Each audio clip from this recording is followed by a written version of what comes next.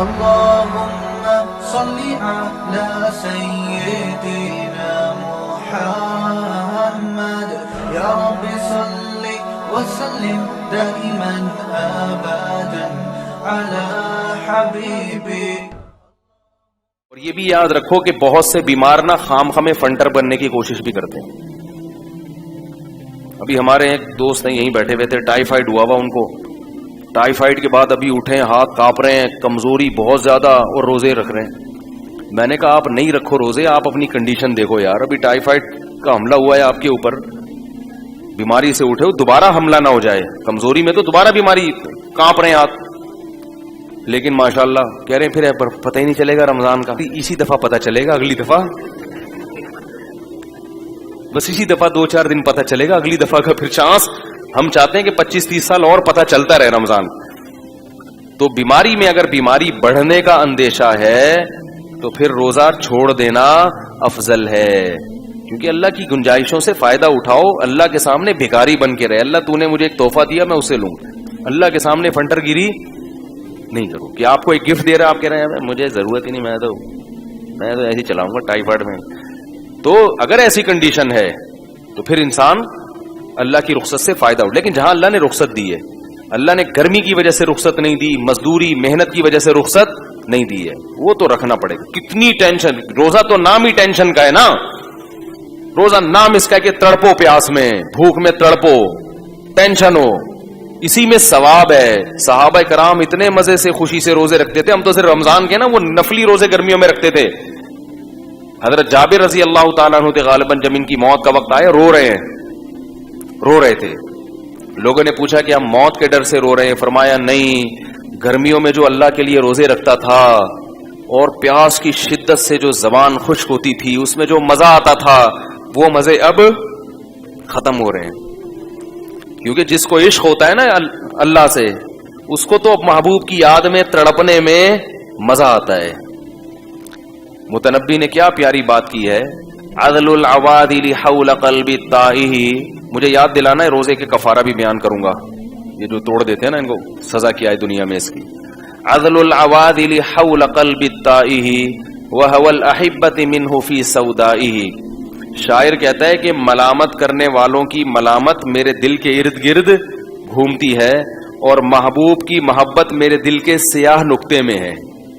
تو جو مجھے محبوب کے بارے میں ملامت کرتا ہے, اس ملامت کا میرے دل پہ اثر ہی نہیں ہوتا, کیونکہ وہ دل کے اندر ملامت گھستی نہیں ہے. محبت دل کے اندر ہے اور ملامت دل کے باہر باہر گھومتی رہتی ہے. یا تو محبت دل کے باہر ہوتی تو ملامت جا کے اس کو ٹکر مار کے باہر نکال دیتی, گھس ہی نہیں دیتی. اب سوال یہ پیدا ہوتا ہے, اگلے شعر میں جواب دیتا ہے کہ سوال یہ پیدا ہوتا ہے کہ ملامت دل کے باہر کیوں گھومتی ہے, دل کے اندر کیوں نہیں گھستی؟ بھائی جیسے محبوب کی محبت دل کے اندر گھس گئی, تو یہ جو لوگ ملامت کر رہے ہیں مجھے محبوب کے بارے میں, یہ ملامت بھی دل میں گھس کے اس کو نکال دے. شاعروں کے کلام میں بڑی بلاغت ہوتی ہے. تو وہ جواب دیتا ہے, یشک الملام الی اللوائم حرہ ویصد حین یلمن عن برحائہ.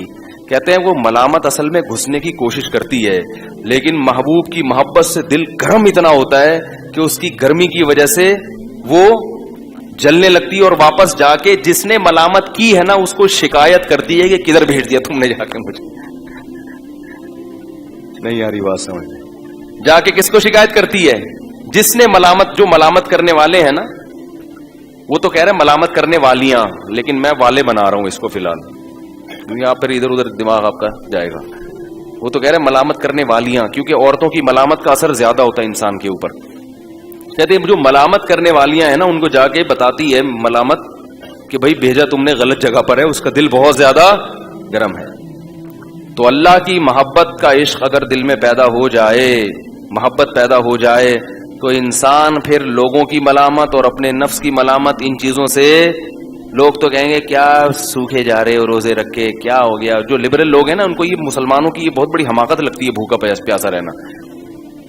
یہ جو ہے سارا دن بھوکے پیاسے رہتے ہیں, یہ جو لبرل لوگ ہیں نا, یہ ہنستے ہیں مسلمانوں پہ. یہ بے وقوف لوگ ہیں, سارا دن بھوکے پڑے ہوئے ہیں, کوئی کام ہی نہیں ہو رہا. انگریز کہاں جا رہا ہے, ترقی کر کے چاند پہ پہنچ گیا, اور یہ صبح 4 بجے کے کھا رہے ہیں, سارا دن بھوکے. نہ دفتروں میں صحیح طرح سے کام ہوتا ہے. حقیقت ہے روزے میں کام نہیں ہوتا, یعنی عام طور پر بیٹھے ہوئے ہیں سوکھے سوکھے، نہ گٹکا منہ میں نہ ہوتا، کوئی آئے نا مسئلہ پوچھنے کے لیے، وہ آدمی کو غصہ آنا شروع ہو جاتا ہے، ہر چیز میں پکوڑے نظر آ رہے ہوتے ہیں اس کو، ہر چیز میں جناب اس کو شربت نظر آ رہا ہوتا ہے. اور کیسے، میں تو آج کل ٹف روزے چل رہے ہیں، گھر والوں کو بولا ہوا ہے کہ پہلے 5 منٹ پہلے پورا دسترخوان سج جانا چاہیے، ہر چیز ہو، انتظار کی. ادھر اذان ہوئی اور پتہ چلا پانی فریج سے نکال کے لایا جا رہا ہے، یہ برداشت نہیں ہے بھائی. سب رکھا ہوا ہو، سب رکھا ہوا. بل ایسی ٹینشن چل رہی ہے آج کل، کیونکہ کام بولنا بہت پڑ رہا ہے نا مجھے، رمضان دن کے وقت بھی میرے وہ ہوتے ہیں ریکارڈنگ وغیرہ. تو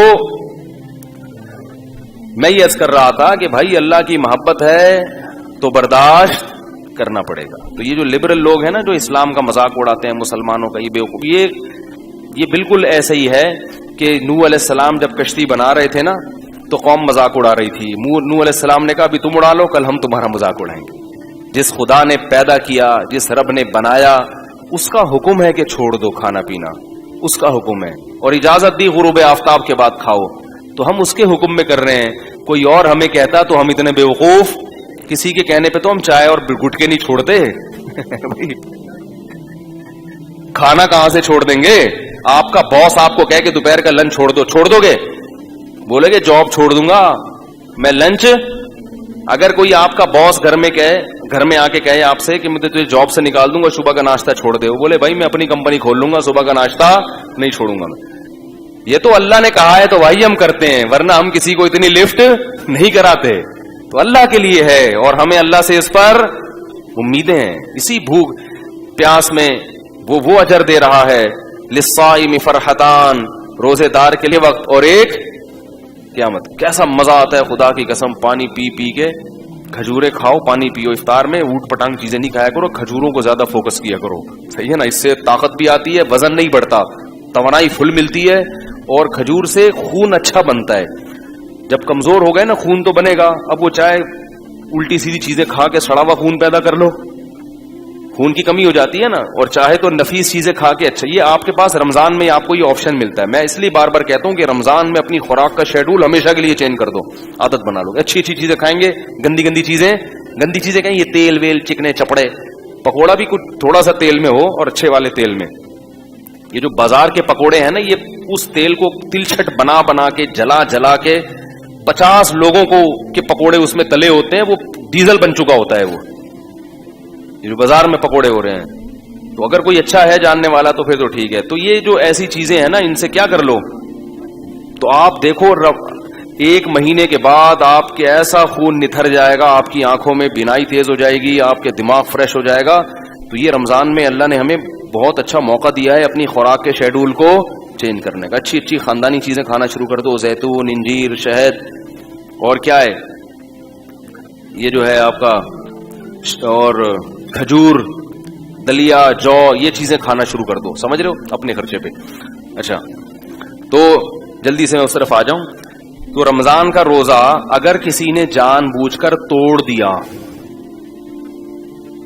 اور یہ کہتے ہوئے کہ مجھ سے پیاس برداشت نہیں، بیماری نہیں ہے، نہ مرنے کا اندیشہ ہے، وہ تو الگ بات ہے. ویسے یار میں مجھ سے کوئی کام ہی نہیں ہو رہا، میرے سے برداشت نہیں ہو رہا، بار بار کولر کی طرف دل چاہ رہا ہے، اور ایک قطرہ بھی حلق میں اتار لیا تو روزہ بھی ٹوٹ گیا. اور سزا کیا ہے؟ 60 روزے لگاتار. نہیں آ رہی میرا خیال ہے بات سمجھ. روزہ توڑنے کا کفارہ کیا ہے؟ رمضان کا روزہ 60 روزے جان کر اگر توڑا ہو کسی نے، 60 روزے، یہ والا روزہ بھی قضا کرنا پڑے گا. اور وہ جو 60 روزے رکھنے ہیں، ان میں اگر 59 روزوں کے بعد آپ کی طبیعت خراب ہو گئی اور 60واں نہیں رکھ سکے تو پھر پہلے دن سے دوبارہ، یعنی اس میں بیماری کی بھی کبھی عذر قابل قبول نہیں ہے. کیونکہ یہ کس کا روزہ ہے؟ رمضان کا. یہ مذاق نہیں ہے، یہ اللہ کا بہت بڑا حکم ہے. اسی طرح یاد رکھو ایک اور مسئلہ ہے، مسافر کے لیے روزہ چھوڑنا جائز ہے لیکن افضل نہیں ہے. افضل اس صورت میں ہے جب مسافر کو روزہ رکھنا مشکل ہو. یہ جو حدیث میں آتا ہے لیس من البر الصیام فی السفر، سفر میں روزہ نیکی نہیں ہے، یہ اس صورت میں ہے جب سفر میں روزہ رکھنا آپ کو بہت زیادہ مشکل لگ رہا ہے. اگر سفر میں روزہ رکھنا مشکل نہیں ہے، جیسے کہ آج کل اکثر مشکل نہیں ہوتا، جہازوں کا، ٹرین کا، بسوں کا سفر ہے، بڑے آرام سے رکھ سکتے ہیں، تو ایسی صورت میں روزہ رکھنا افضل ہے، کیونکہ رمضان کی فضیلت حاصل ہوگی. سمجھتے ہیں کہ نہیں سمجھتے؟ اس میں سستی کاہلی کر کے روزہ نہیں چھوڑنا چاہیے، جائز ہے، بہرحال چھوڑنا نہیں چاہیے. ایک مسئلہ یہ ہو گیا. دوسرا مسئلہ اور اچھی طرح سمجھیں کہ جو مسافر کے لیے روزہ چھوڑنا جائز ہے، یہ اس صورت میں ہے جب سحری کا وقت سفر کے دوران آ جائے. ہمارے ہاں یہ ہوتا ہے کہ دوپہر کسی کا لاہور جانے کا ارادہ ہے، وہ صبح روزہ چھوڑ دیتا ہے کہ میں تو سفر میں. ایسا نہیں ہے. سحری کا وقت مقام پہ آیا ہے تو ابھی آپ مسافر بنے نہیں ہیں، آپ دوسرے مسلمانوں کی طرح آپ پر بھی روزہ فرض ہے، کیونکہ ابھی آپ مسافر بنے نہیں ہیں. اب جب آپ نے روزہ رکھ لیا تو سفر میں اس کو مکمل کرنا واجب ہے، سفر میں آپ وہ توڑ نہیں سکتے. ایک خاتون کا پچھلے سال فون آیا، میں امریکہ سے پاکستان آ رہی تھی تو میں نے روزہ رکھ لیا تو سورج ہی نہیں غروب ہو رہا. سورج غروب یا تو یہاں سے جاتے ہوئے ہوتا ہے یا آتے ہوئے، ایک طرف ہوتا ہے. تو میں نے کہا جاتے ہوئے غروب ہی غروب ہو رہا تھا نا. ٹھیک ہے نا. تو وہ کیا کریں؟ میں نے کہا روزہ رکھنا فرض ہے، کیونکہ سحری مقام پہ ہو رہی ہے. سحری امریکہ میں مقام پہ کی انہوں نے، تو اب جہاز میں بیٹھ گئے تو سورج کتنا ہی لمبا ہو گیا، ٹھیک ہے، روزہ رکھنا پڑے گا. تو کبھی کبھار ہی ایسا ہوتا ہے. ہاں جان پہ بن پڑے یا بیمار ہونے کا اندیشہ ہو، وہ تو پھر سفر نہ بھی ہو تو بھی روزہ توڑنا بولو بھائی جائز ہے. تو ایک مسئلہ ہے. دوسرا مسئلہ یہ، مسافر نے روزہ چھوڑ دیا، سفر میں سحری آئی تھی، آپ یہاں یعنی آپ جہاز میں بیٹھے لاہور سے کراچی آ رہے ہیں، راستے میں سحری کا وقت ہو گیا جہاز کے دوران، یعنی پرواز کے دوران، تو آپ روزہ چھوڑ سکتے ہیں. آپ نے چھوڑ دیا روزہ. لیکن جب آپ نے روزہ چھوڑا تو جہاز میں ہی بیٹھ کے جتنا کھانا ہے کھا لیں. جب ایئرپورٹ پہ آپ اترے اور کراچی میں مقیم بن گئے تو جیسے ہی اپنے علاقے میں داخل ہو گئے، یعنی شہر میں داخل ہوئے، تو اس وقت کھانا پینا آپ کے لیے جائز نہیں ہے، بند. کیونکہ اب آپ مسافر نہیں رہے. اگرچہ روزہ نہیں ہے لیکن روزے داروں کی طرح آپ کو رہنا پڑے گا، کیونکہ آپ نہ مسافر رہے نہ مریض رہے. تو فمن شہید منکم الشہر، کہ تم میں جو اس مہینے کو پائے گا وہ روزہ رکھے. تو اس کو روزہ رکھنا، اگرچہ یہ شرعی روزہ نہیں ہوگا کیونکہ سحری، کیونکہ وہ تو کھاتے آ رہے ہیں نا، لیکن پھر بھی روزے داروں کی طرح رہنا آپ پر کیا ہو جائے گا؟ واجب ہو جائے گا. نہیں آ رہی بات؟ ہم نے دیکھا ہے مسافر کا روزہ نہیں ہے، وہ آ کے کھا رہا ہوتا ہے. بھائی اب تو مسافر نہیں رہے نا تم، اب تھوڑی مسافر ہو، اب چپ آرام سے جیسے دوسرے بیٹھے ہوئے ہیں نا اس طرح بیٹھو. کھانے پینے کی اجازت، وہ کہتے ہیں جب میرا روزہ ہی نہیں ہے تو روزہ بھی مجھے بعد میں بھی قضا کرنا پڑے گا، اور اب بھی مجھے کھانے پینے کی اجازت نہیں ہے. بالکل ایسا ہی ہے، بعد میں یہ قضا بھی کرنا پڑے گا، کیونکہ آدھے دن تو آپ چرتے رہے نا، آدھے روزے تھوڑی ہوتے ہیں، اور آدھا دن آپ کو روزے داروں کی طرح رہنا بھی پڑے گا. سمجھ رہے کہ نہیں سمجھ رہے؟ تو یہ حکام ہے جن کی لوگ رعایت نہیں کرتے.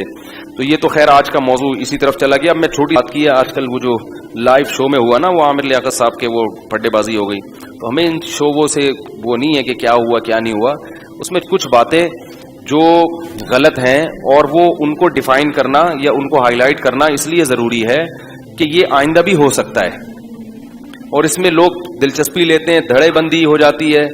تو علماء کی بہرحال ذمہ داری ہوتی ہے کہ اگر کسی پہ ظلم ہوا ہے تو اس ظلم کو میں سمجھتا ہوں بیان کیا جائے. اس میں جو اہل حدیث عالم تھے، میں یہ سمجھتا ہوں ان کے ساتھ بہت ناانصافی ہوئی ہے، کیونکہ وہ نہ کہہ رہے میں ذاکر نائک کا خلیفہ ہوں، نہ میں وہ کہہ رہے میں وہ ایک بات کر رہے ہیں، لیکن اس کو توپے لے کے گستاخ رسول پر خام خواہ میں زبردستی. تو میں یہ سمجھتا ہوں کہ یہ جن لوگوں نے بھی اس طرح کیا ہے انہوں نے کوئی ذمہ داری کا ثبوت نہیں دیا.